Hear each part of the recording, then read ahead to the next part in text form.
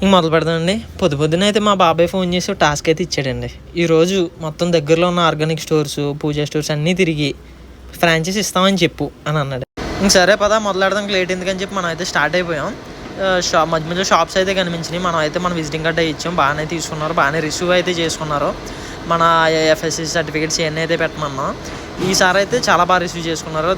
First వెళ్ళిన shake hand అది ఇచ్చి నా కార్డు అది తీసుకుని ఎక్కడి నుంచి వస్తుందో ఇంకా నేను ఇక్కడ మాటలు కలిపాను జాగ్రత్తగా. సార్ విజిటింగ్ కార్డు కూడా నెంబర్ వేసి ఇచ్చారు.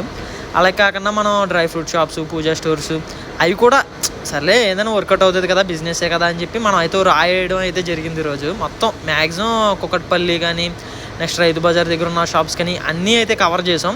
మనం ఎక్కడికైనా ఆయిల్ అనేది మనం ఎక్కడికైనా సప్లై చేస్తాం. ఆంధ్ర కానీ తెలంగాణ కానివ్వండి, ఎక్కడికైనా సప్లై చేస్తాం. అలాగనే కాదండి, ఇప్పుడు మీకు కూడా సరే ఆయిల్ సప్లై చేయాలనుంది నాకు అని అనిపిస్తే నాకు చెప్పండి. అంటే మీ సరౌండింగ్స్లో ఎవరు లేకపోవచ్చు, ఈ వీడియో మీ వరకు రీచ్ అయ్యి ఉంటే ఖచ్చితంగా నాకైతే కాంటాక్ట్ అవ్వండి. అలాగే మనం గోదావరి పచ్చళ్ళు వాటికి కూడా మనం సప్లై అనేది ఇస్తాం.